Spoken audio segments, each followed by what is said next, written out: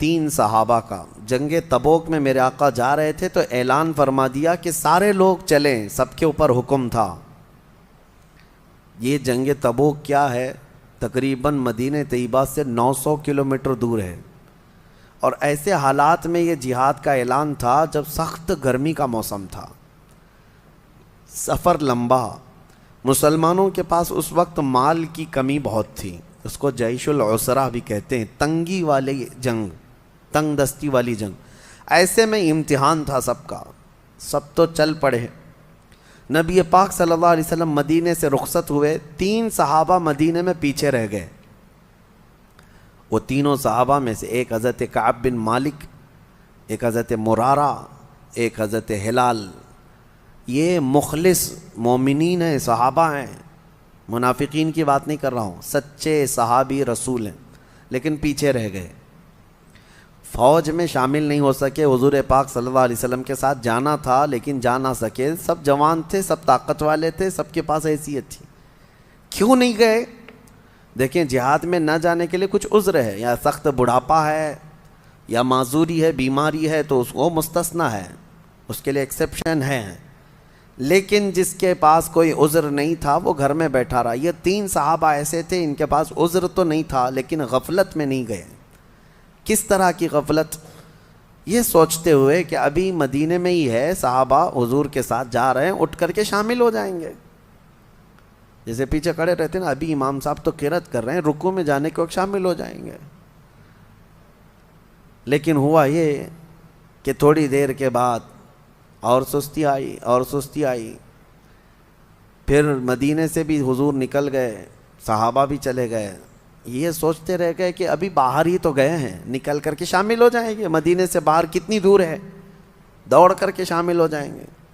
پھر سو گئے اور قافلہ چل پڑا۔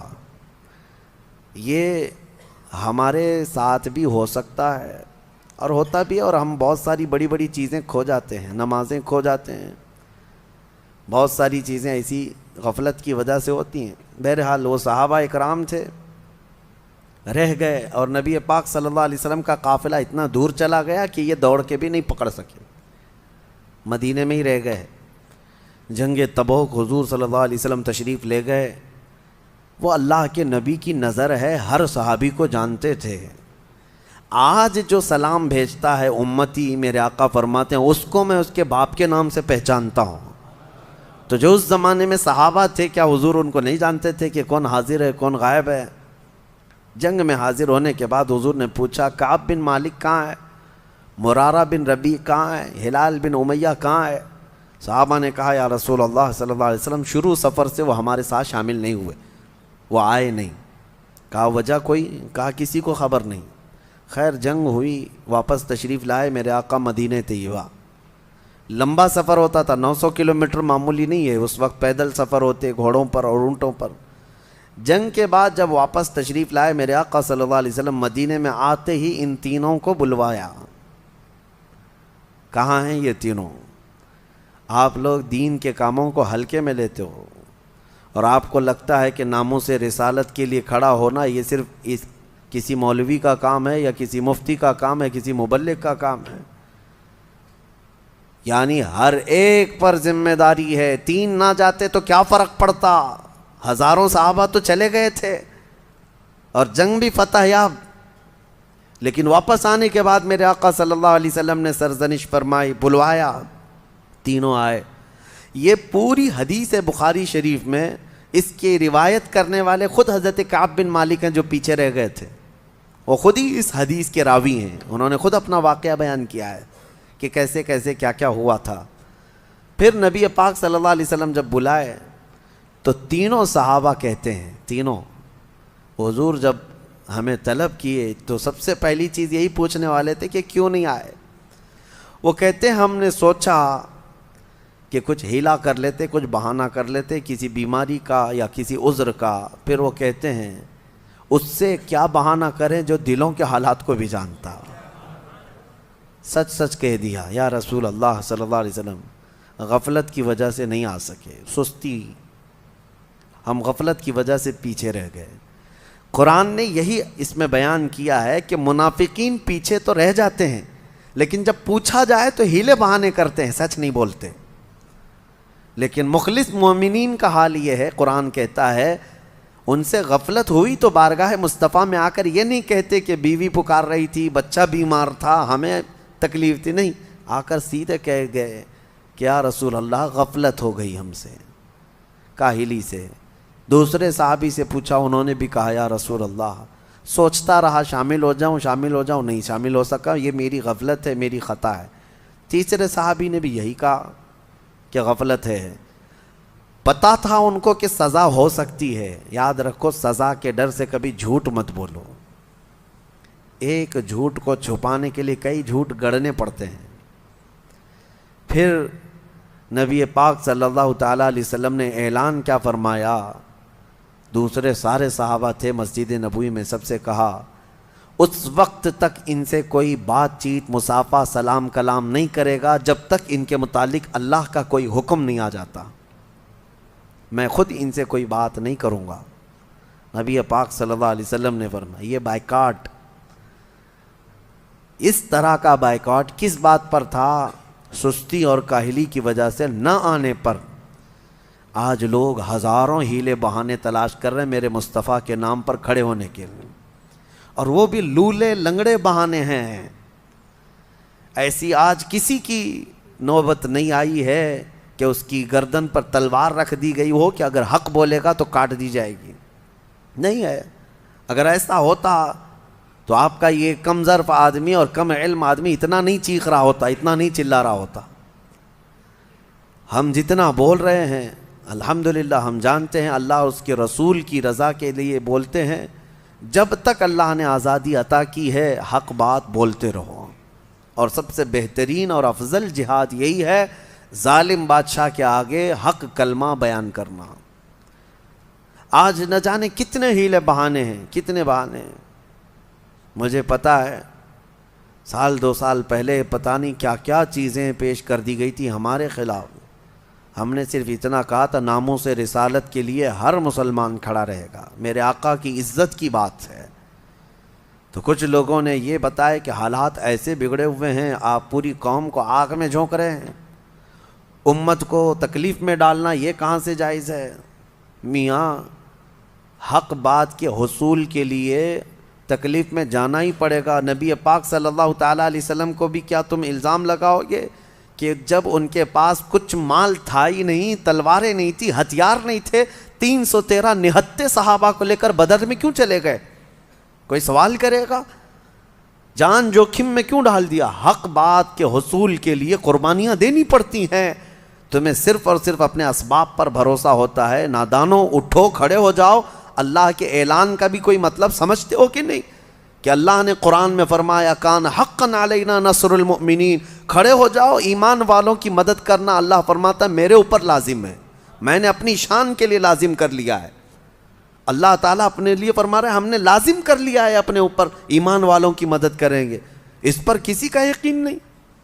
لولے لنگڑے بہانے اس طرح کے یاد رکھو، اس کے لیے میں بات کر رہا ہوں جس کے سامنے تمہیں قیامت کے دن کھڑا ہونا ہے، اسی کی شفاعت کے طلبگار رہو گے۔ کہاں جاؤ گے منہ چھپا کر؟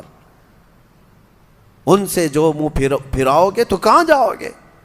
وہاں تو قیامت کے دن ہر نبی یہ کہے گا آج ہمارا نہیں ہے معاملہ، جاؤ محمد رسول اللہ کے پاس۔ ان کے لیے میں آج بات کر رہا ہوں جن کے سامنے تمہیں کھڑا ہونا ہے۔ مجھے پتا ہے ہماری یہ بات دور دور تک جائے گی اور پہنچے گی۔ ایک بات میں بتاؤں، جب حالات میرے مصطفیٰ کریم صلی اللہ علیہ وسلم کی عزت کے خلاف پھیل جائیں، اس وقت اگر کوئی عالم خاموش رہتا ہے تو فرمایا گیا وہ گونگا شیطان ہے، وہ گونگا شیطان ہے۔ اللہ تعالیٰ نے اسے منصب دیا۔ لوگ میرے عزیزو، ہمارے پاس اتنی طاقت ہے کہ ممبر ہے، زبان ہے اور تبلیغ کا میدان ہے، ہم بول تو سکتے ہیں۔ کسی کو سختی کے ساتھ اس کی گردن نہیں پکڑ سکتے تو بول تو سکتے ہیں۔ اویئرنس لانا اسی کا نام ہے، اور الحمدللہ ہم نے دیکھا ہے، میں یہ نہیں کہتا میری وجہ سے، لیکن چند اعلانات کی وجہ سے ہم نے لاکھوں نوجوانوں کو جذبے جوان ہوتے ہوئے دیکھا ہے۔ وہ جہاں ہیں ان کے دلوں میں عشق رسول دھڑکتا ہے۔ اسی لیے میں آج یہ کہتا ہوں، وہ 3 صحابہ کو دیکھو، جنگ تبوک میں نہیں گئے، حضور نے ان کا کلی طور پر بائیکاٹ کا اعلان کیا کہ ان سے نہ کوئی سلام کرے گا، نہ مصافحہ کرے گا، نہ کوئی بات چیت کرے گا۔ 40 دن گزر گئے، وہ آتے تھے مسجد میں نماز پڑھنے کے لیے، حضور ان کی طرف دیکھتے بھی نہیں تھے، ان سے کوئی ایک صحابی بھی بات نہیں کرتا تھا، حتیٰ کہ 40 دن کے بعد حضور نے دوسرا اعلان یہ فرمایا کہ ان کی بیویاں بھی ان کے ساتھ نہیں سوئیں گی۔ 10 دن اور گزر گئے، 50 دن گزر گئے۔ حضرت کعب بن مالک کہتے ہیں میں اتنا رویا تھا کہ مجھے زندگی اس سے زیادہ خطرناک کبھی نظر ہی نہیں آئی تھی۔ نہ کسی جنگ میں ڈرا تھا، نہ کسی بھیانک حالتوں میں خوفناک طریقے سے ڈرا تھا، کہیں بھی نہیں، لیکن یہ جو بائیکاٹ تھا یہ جان نکالنے والا تھا۔ زمین تنگ ہو گئی تھی، ہماری بیویاں ہم سے نہیں بات کرتی تھیں، کیونکہ سب رسول اللہ کی صحبت یافتہ ہیں۔ ان کے لیے فرسٹ پرائیورٹی حضور اکرم صلی اللہ تعالیٰ علیہ وسلم کا حکم ہے۔ شوہر ہو اپنی جگہ پر، بھائی ہوگا اپنی جگہ پر، حضور کا حکم ہے نہیں بات کرنا ہے، سلام بھی نہیں۔ 50 دن گزر گئے، حضرت کعب کہتے ہیں رو رو کر کے میرے حلقے پڑ گئے تھے، اور اللہ کریم کی بارگاہ میں سچی توبہ کرتے رہے، مولا ہم نے دل میں کبھی تیرے نبی کو دھوکہ دینے کی کوشش نہیں کی، نہ ہی ہم نے کبھی اس طرح کی سوچا کہ حضور اکرم صلی اللہ علیہ وسلم سے پیچھے رہ جائیں گے، یہ ہماری سستی ہے، نفس کی کاہلی ہے، مولا تو معاف کر دے۔ ان صحابہ کے رونے پر مولا کریم رحمت والی آیت نازل فرمایا، اپنے حبیب صلی اللہ علیہ وسلم پر آیت نازل ہوئی، وَعَلَى الثَّلَاثَةِ الَّذِينَ خُلِّفُوا حَتَّى إِذَا ضَاقَتْ عَلَيْهِمُ الْأَرْضُ بِمَا رَحُبَتْ، اور وہ 3 لوگ جن پر زمین تنگ کر دی گئی تھی، اور ایسی تنگ ہو گئی تھی کہ ان کی سانس لینا ان کے لیے مشکل ہو گیا تھا، ثُمَّ تَابَ اللَّهُ عَلَيْهِمْ لِيَتُوبُوا، پھر جب وہ اللہ کی طرف لوٹ آئے تو اللہ بھی ان کی توبہ قبول کر لیا۔ ان اللہ هو التواب الرحیم، بے شک اللہ سب سے زیادہ توبہ قبول کرنے والا، رحم کرنے والا ہے۔ ان کی توبہ کا اعلان ہوا، حضور اکرم صلی اللہ علیہ وسلم نے فجر کی نماز پڑھائی، یہ آیت اسی وقت نازل ہوئی۔ حضور نے یہ آیت جیسی تلاوت کی، دوڑے دوڑے صحابہ گئے ان تینوں کو اعلان کرنے کے لیے۔ کعب بن مالک خوشخبری ہو، مرارہ بن ربی خوشخبری ہو، ہلال خوشخبری ہو، کہا کیا ہے؟ آیتیں اتر گئی ان کو۔ وہ کہتے ہیں ان کی کیفیت، حضرت کعب بن مالک کو کہتے ہیں میں جس حالت میں تھا سر پٹ دوڑتا ہوا مسجد میں آیا، دوڑتا ہوا مسجد نبوی میں آیا، اور پہلی مرتبہ میں نے حضور کو میری طرف دیکھ کر مسکراتے ہوئے دیکھا۔ اور حضرت کعب بن مالک کہتے ہیں میرے لیے زندگی میں اس سے بڑی عید کبھی آئی نہیں، اس سے بڑی خوشی کبھی آئی نہیں۔ جتنی خوشیاں زندگی میں آئی تھی سب ایک طرف، لیکن جس دن ہماری توبہ کی قبولیت کی آیت اتری اور میرے نبی کو مسکراتے دیکھا، صحابہ کہتے ہیں اس سے بڑی خوشی میری زندگی میں کبھی نہیں آئی۔ نبی پاک صلی اللہ تعالیٰ علیہ وسلم، اسی لیے کہا گیا ہے جس کی تسکی سے روتے ہوئے ہنس پڑے، اعلیٰ حضرت نے فرمایا ہے جس کی تسکی سے روتے ہوئے ہنس پڑے، اس تبسم کی عادت پہ لاکھوں سلام۔ وہ دلوں کا قرار ہے، وہ دلوں کا سکون ہے۔ صحابہ اس کے لیے ہر اسٹرگل کرنے کو تیار رہے۔ انہوں نے یہ نہیں کہا کہ حضور نے بائیکاٹ کا اعلان کر دیا ہم خاندان میں کیسے رہیں گے، نہیں، وہ ہمیشہ یہ کہتے رہے یہ ہماری غلطیوں کی سزا ہے۔ 50 دن تک صبر کرنا معمولی بات نہیں، 2 مہینے کا عرصہ گزرنے کو آ گیا تھا، بیویاں نہیں بات کر رہی، بچے نہیں بات کر رہے، گھر والے نہیں بات کر رہے، پڑوسی نہیں مل رہے، صحابہ نہیں مصافحہ کر رہے، خود رسول اللہ نہیں دیکھ رہے ہماری طرف، پھر کیا حالت ہے؟